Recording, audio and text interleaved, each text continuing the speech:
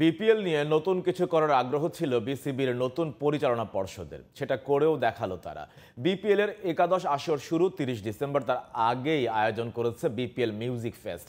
এই music fest মাতিয়েছেন পাকিস্তানের জনপ্রিয় সঙ্গীত শিল্পী রাহাত ফাতে আলী খান। তার দরাজ কণ্ঠের গানে মুগ্ধ হয়েছেন সঙ্গীত পিপাসুরা। সেই সাথে মঞ্চে মাতিয়েছেন মাইলস জেফার সহ অনেক শিল্পী। প্রতিভা দাসের রিপোর্ট।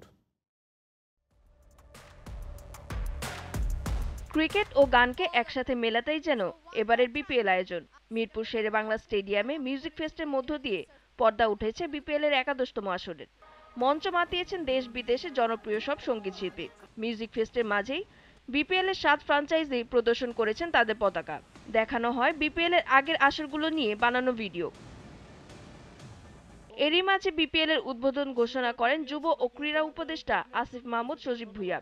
সেই সাথে এবারের বিপিএল নিয়ে নিজের আশার কথা জানিয়েছেন বিসিবি সভাপতি ফারুক আহমেদ। বিপিএল এর এবারের আসরের ভাবনাতেই জুলাই আগস্টের আন্দোলন, আর এ ভাবনাকে মাথায় রেখেই মঞ্চে তোলা হয় আন্দোলনে আহত যোদ্ধাদের, স্মরণ করা হয় জুলাই আন্দোলনে নিহত শহীদদের। আরাফাত 12 বছরের একজন মাদ্রাসা শিক্ষার্থী। মিউজিক ফেস্টে মঞ্চ মাতিয়েছেন দেশের জনপ্রিয় ব্যান্ড মাইলস, গান গেয়েছেন সঙ্গীত শিল্পী জেফারও। পরিবেশিত হয়েছে বিপিএল এর নতুন থিম সং আবার এলো বিপিএল।